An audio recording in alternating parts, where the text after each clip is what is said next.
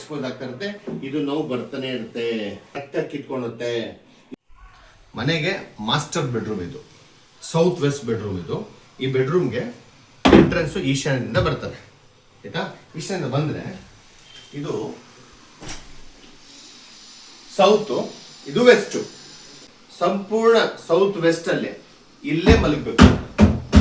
ತಲೆ ಈ ಕಡೆ ಹಾಕಿ ಕಾಲು ಈ ಕಡೆ ಹಾಕ್ಬೇಕು, ಅಥವಾ ಕಾಲು ಈ ಕಡೆ ಹಾಕಿ ತಲೆ ಈ ಕಡೆ ಹಾಕ್ಬೇಕು. ಇಲ್ಲಿ ಏನ್ ಮಾಡ್ತಾರೆ ನೋಡಿ, ಈ ರೂಮ್ ಅಲ್ಲಿ ಸೌತ್ ಈಸ್ಟ್ ಕ್ವಾಡ್ರಂಟ್ ಅಗ್ನಿ ಮೂಲೆ, ಅಲ್ಲಿಗೆ ಹೋಗಿ ಹೆಣ್ಣು ಮಕ್ಕಳು ಮಲ್ಕೊಂತಾರೆ, ಇಲ್ಲಿ ಗಂಡು ಮಕ್ಕಳು ಮಲ್ಕೊಂತಾರೆ. ತೋರಿಸ್ತೀವಿ ನೋಡಿ ಗಂಡು ಮಕ್ಳು ಹೆಂಗ್ ಮಲ್ಕೊಂತಾರೆ. ಇಲ್ಲಿ ಎದುರುಗ್ ನೋಡಿ ಕನ್ನಡಿ ಇದೆ, ಇಲ್ಲಿ ಬನ್ನಿ, ಇಲ್ಲಿ ಬನ್ನಿ, ಇಲ್ಲಿ ನಿಂತ್ಕೊಂಡು ತೋರಿಸ್ತದೆ. ಕನ್ನಡಿ ಇದೆ ನೋಡಿ, ಕನ್ನಡಿ ತೋರಿಸ್ತಾ ನೋಡಿ. ಈಗ ಕನ್ನಡಿ ಹತ್ರ ಇಲ್ಲಿ ಮಲ್ಕೊಂಡಿದಾರಲ್ಲ ಈ ಗಂಡು ಮಕ್ಕಳು, ಇಷ್ಟು ಪೋರ್ಷನ್ ಪ್ರತಿಬಿಂಬ ಕಾಣುತ್ತೆ. ಅವ್ರು ಏನ್ ಹೇಳ್ತಾರೆ, ಟವಲ್ ಹಾಕ್ಬಿಡ್ತೀನಿ ನಾನು ಅಂತ ಹೇಳ್ತಾರೆ. ಟವಲ್ ಹಾಕೋದ್ರಿಂದ ಪ್ರತಿಬಿಂಬ ಕಾಣಿಸುತ್ತೆ. ಮನುಷ್ಯನಿಗೆ ಕನ್ನಡಿ ಮಲಗೋ ದಿಕ್ಕಿನಲ್ಲಿ ಉತ್ತರಕ್ಕೂ ಆಗಿರ್ಲಿ, ಪೂರ್ವಕ್ಕೂ ಆಗಿರ್ಲಿ, ದಕ್ಷಿಣಕ್ಕೂ ಆಗಿರ್ಲಿ, ಪಶ್ಚಿಮಕ್ಕಾಗಲಿ ಪ್ರತಿಬಿಂಬ ಕಾಣದಂಗೆ ನೋಡ್ಕೊಳ್ಳಿ. ಅವ್ರು ಹಂಗೆ ಮಲ್ಕೊಂತಾರೋ. ಬಟ್ ಹಾಕುವಂತ ವಿಚಾರಗಳಲ್ಲಿ ಕನ್ನಡಿ ಬಹಳ ಪ್ರಾಬ್ಲಮ್ ಕೊಡುತ್ತೆ. ಹಾಗಾಗಿ ಕನ್ನಡಿ ಎದುರಿಗೆ ಮಲಗಬೇಡಿ.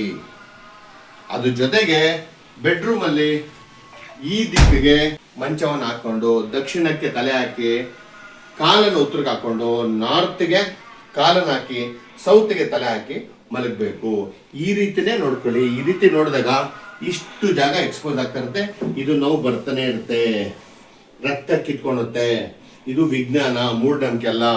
ಹಾಗಾಗಿ ಕನ್ನಡಿನ ಬಿಡಿಸ್ಕೊಳ್ಳಿ, ತಗೊಂಡಾಗೆ ಹಾಲಲ್ಲಿ ಏನಾದ್ರು ಇಟ್ಕೊಳ್ಳಿ. ಇಲ್ಲಿ ಮಾತ್ರ ಈ ರೀತಿ ಮಲಗಲೇಬಾರ್ದು.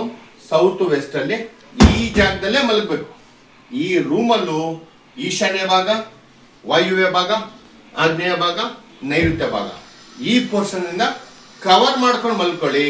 ಪೂರ್ವ ತಲೆ ಹಾಕ್ತಿರಂದ್ಬಿಟ್ಟು ಪೂರ್ವದ ಗೋಡೆಗೆ ಹೋಗಿ ಹಾಕ್ಸಿ ಮನೆಯಲ್ಲಿ ಹೆಣ್ಮಕ್ಳನ್ನ ಅಲ್ಲಿ ಮಲಗಿಸಿ ಅವ್ರಿಗೆ ಇಲ್ಲೆಲ್ಲ ನೋವು ಬರುತ್ತೆ, ಇಲ್ಲೆಲ್ಲ ನೋವು ಬರುತ್ತೆ, ಸುಸ್ತಾಗ್ತಾರೆ, ಮೈಕೈ ನೋವು, ಆರೋಗ್ಯ ಹಾಳಾಗುತ್ತೆ.